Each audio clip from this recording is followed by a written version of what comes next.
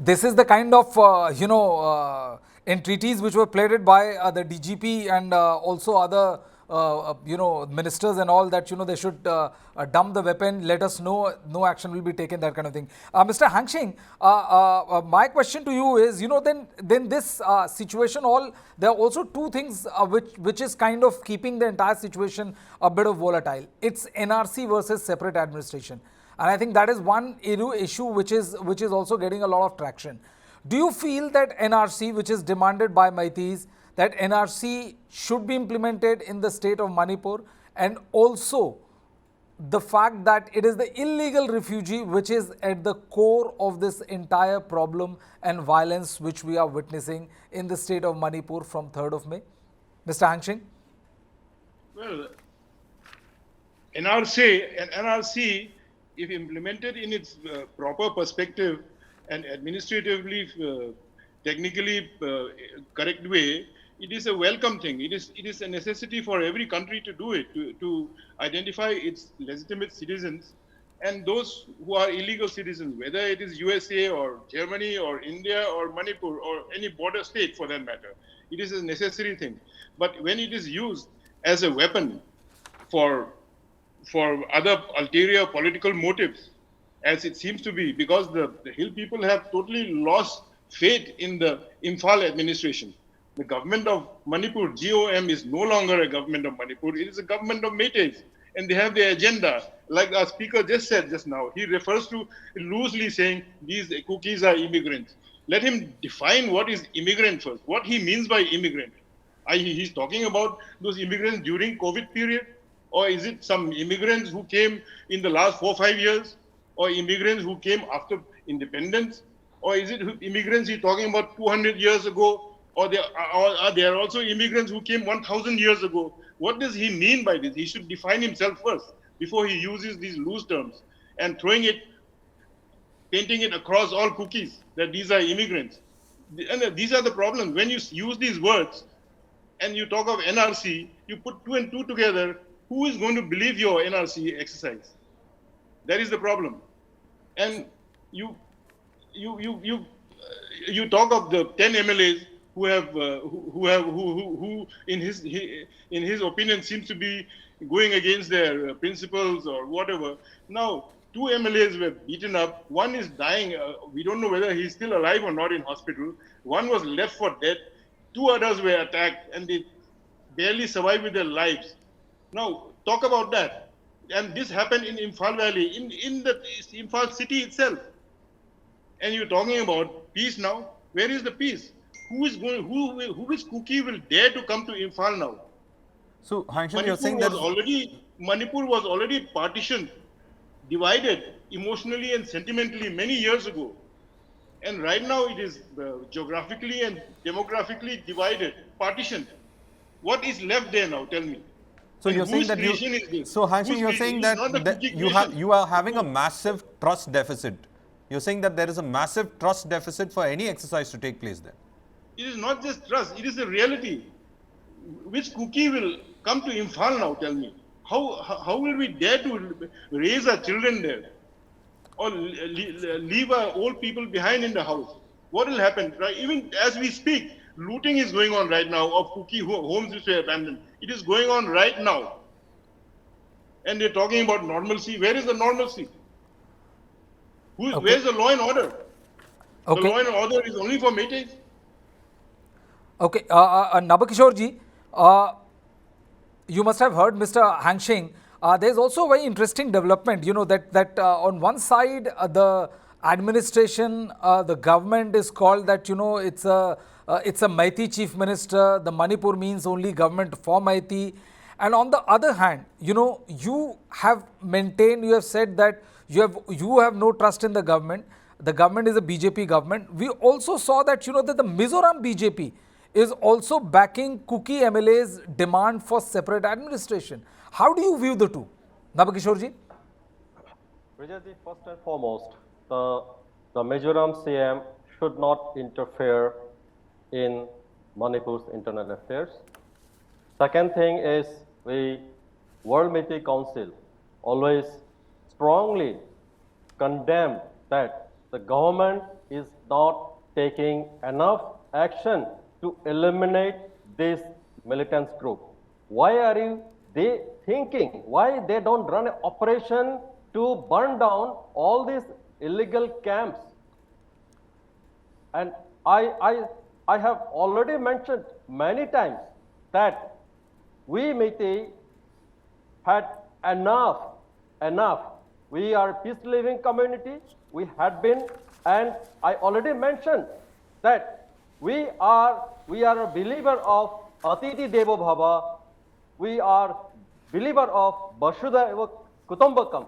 Okay, and today the way the Kuki brothers and sisters, with the help of these militants, they are attacking us every day. It is not a news for today or yesterday. You mentioned about this this place, Dalai Thabi. You talk about few days back in other remote places. So my point is, he mentioned about the definition of immigrants. Yes, this I am not going to explain here. One of our civil society organization of Meitei will definitely take this to the judicial court. Will challenge how come an immigrant can be given a scheduled status. Will break the backbone of this demand of separate administration. Will break the backbone. How can an immigrant community can be given a scheduled tribe status? Meitei was silent. Meitei was never opposed to this. We just wanted a constitutional protection to the Meitei by giving the scheduled status to the Meitei so that Meitei can preserve their identity, because there is no second homeland of Meitei except Manipur. Nabakishore ji, there's also this constant accusation saying that that since the entire administration is yours, the force is working for you, everything is working for you, the administration, It's all false. Mr. Bhaumik already explained. Mr. Bhaumik, in fact, in my last talk with him, he was quite unaware of the ground situation. I'm thankful to him. Today he is aware of the ground situation. Last time he attacked me. He told me the Meiteis are jingoism. I didn't say that anything to oppose that. But today he realized, it's just in your own channel, it was telecast. So you're saying that we need to find a solution. Meitei will not forgive anything if there is an inch of violence from the Kuki militant side. Mr. Hangshing? Yes. Can you hear? Yeah, I can hear you. Hello? Yeah, I can hear you. Can you hear me? Yeah, I can hear. See, Nabakishore ji is saying that all this talk of that, that administration is working for them and Meiteis and all is all, it's all fiction. I mean, they are saying that, they will not tolerate any more violence which are done against them by the Kuki militants. Well, this Tutu Mame, let's leave that for a side. He raised the issue of the Sioux discussions and disarming the Kuki militants. That has been the aim and desire of all civil societies, even Kukis, to live in peace without arms. That has been the aim. Now, to disarm a group of people is not easy, you all know that. And they have actually been disarmed. They have been put in camps. They have surrendered their guns, and they are in gentlemanly talk with the government. There's a tripartite government dialogue going on with the central government, Manipur, and the Sioux groups, the two umbrella groups. And every time they come, they reach an agreement. The aim is to disarm them, and they have also agreed. Once you give us, because as I said earlier, the Kuki militants have not come about as a result of independence, a separate country, or they're not rebels, they're not insurgents. They have emerged out of a necessity to protect their own people during the ethnic clashes in the early 90s, and again now. And then if the ethnic clashes demands a certain kind of security for the Kuki people, some kind of rights, political rights, social rights, land rights. Now the talks are going on, and every time they come to come to an agreement, the Manipur government tries to sabotage it because they don't want to give even an inch, even a little bit of whatever is on the table to the Kukis. They just want to subjugate them, crush them, keep them without rights, and they don't want to give anything because you give like the delimitation. The limit is 60. Now, if you give two assembly seats, they reduce by 2. Now, the point is, if it is justified, why not? But the point is, every time they are about to come to an agreement and sign a conclusion, the government, Imphal government, sabotages it by inciting something or putting up some kind of, instigating trouble in the hills, putting up a temple somewhere, this, that, whatever. This is not the time to do all this. There will come a time when everybody lives in peace. Then you can do whatever you want. But when there's tension, you don't provoke people like that. And even this time, if you connect the Sioux talks with this present problem right now, the riot situation, it is because the Sioux talks were about to conclude, and the chief minister knows this, that he has to sabotage it. Otherwise, the Kukis and the hill tribes, the hill people, are going to get substantial political power, which they rightfully deserve. Now, he doesn't want to give this, so he cooks up all these kind of, these things, the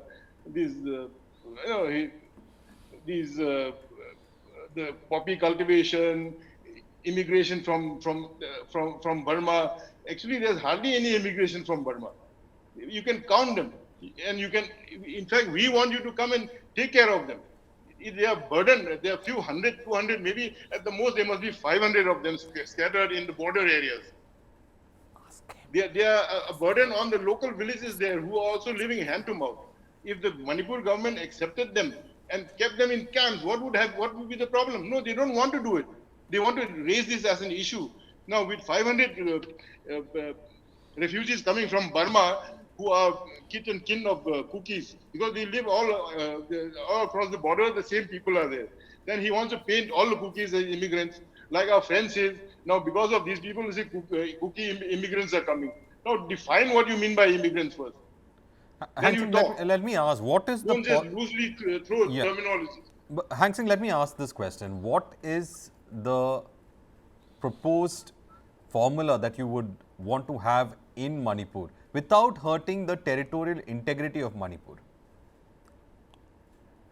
What would be an acceptable formula for the Kukis?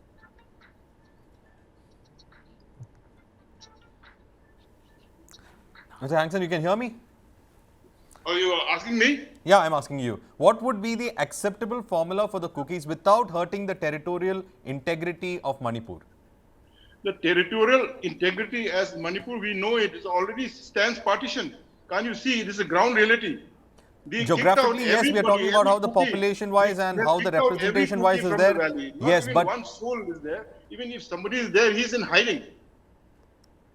And all the Meitei population from the hills have come down to the valley. No, it's like Pakistan and India has already been partitioned.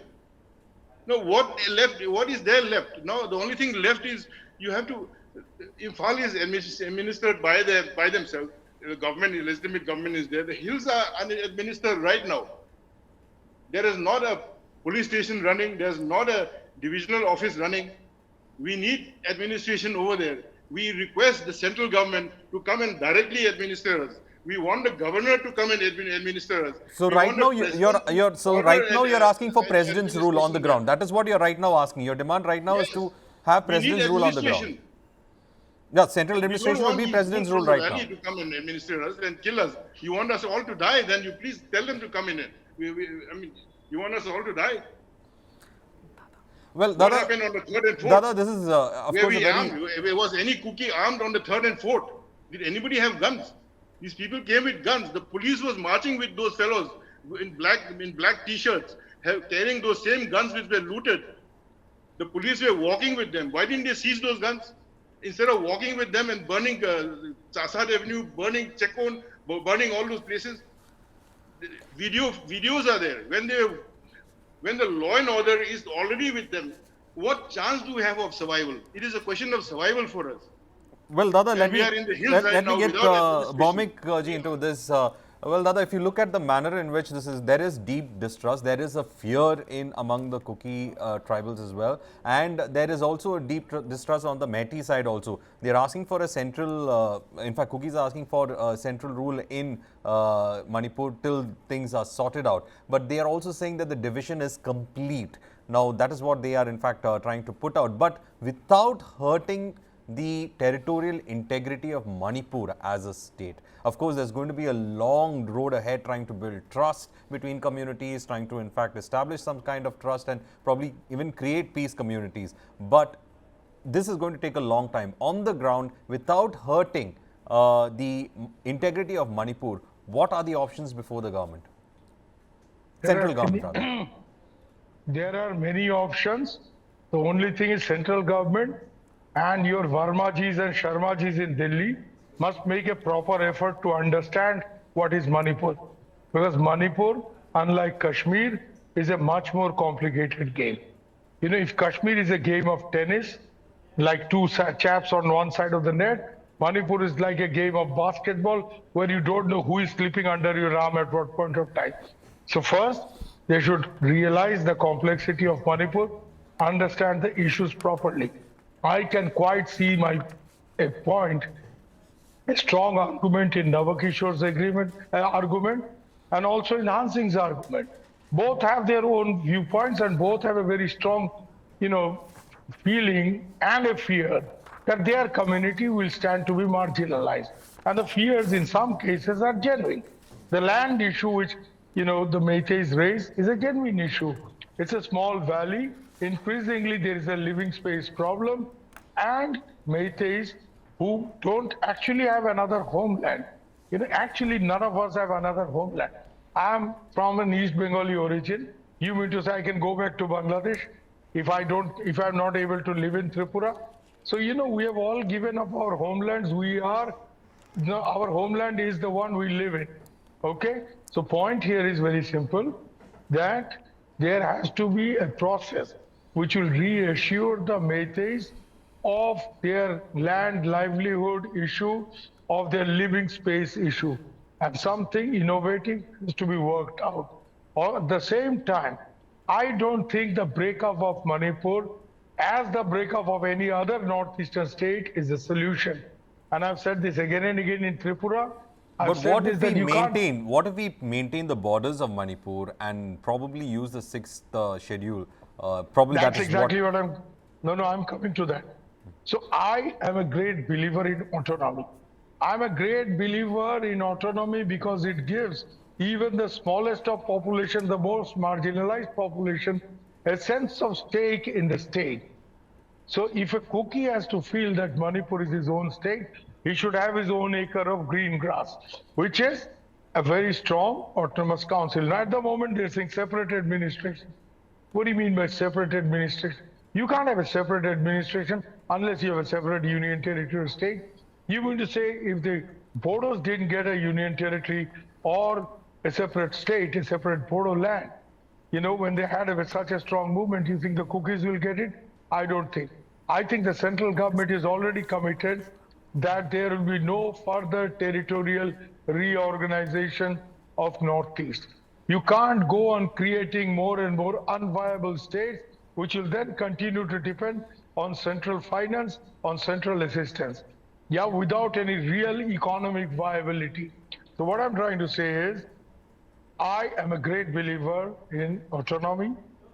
We in Tripura, actually in the 1980s, in 1980, you look at this, we had a communist government, Chief Minister Nipen Chakravarti, basically an old Gandhian turned Marxist, but spent much of his life during his underground days in the tribal areas. So as a Bengali leader with a very strong understanding of tribal life and their aspirations, he said, I'm not going to bring in the army. The army will come over my dead body. Because if I bring in the army, there will be further alienation of tribals. What I want here is to commit to the tribals that they may be 30% of the population, but they are indigenous people This is their land. We will grant them 6th schedule, district council, autonomy, covering 70% of the state land area. So the Tripura model is there for everybody, and therefore we should have a strong district council under 6th schedule for the Kuki territorial area or whatever Kuki area, and then we should also ensure in Tripura, no, wait a minute, Brijesh, let me finish. Please. Because, there is no use shooting people from two sides. Sometimes you need the white flag, and that's my job at the moment. And my good brothers Hangshing and Nabakishore ji, if I've accused you of being as jingoism, I am sorry. I don't mean it. What I'm trying to say is, don't go overboard. It's important to keep the temperatures down. Manipur is everybody's. For a Kuki, for Mary Kom, she puts on the Manipur blazer when she boxes in the national championship. Then she puts on the Indian blazer and boxes for India. Yeah, so she may be a Kuki by ethnicity. We are all proud of our brothers and sisters, and they're so gifted people. Point here is that we need to have the strong district council autonomy. That should, my idea of separate administration, that in 1 or 2 areas like law and order and all that, rest everything is with the district council under 6th schedule. They can generate their own revenue, they can get direct central finance, and that's my idea of separate administration. But if by separate administration, some Kuki organization means that they want a union territory or state, I think it's a non-starter. It's not going to happen. And secondly, on the other side, we also have to seriously address this Meitei issue of living space. So many people living in a tiny valley with very limited scope of development, hardly any industries, just about wet rice agriculture, and increasingly shrinking living space. So their problem is genuine, and we need to figure out some kind of a development formula, inclusive development formula, where the best land use policy can be implemented here so that you get maximum out of your land and not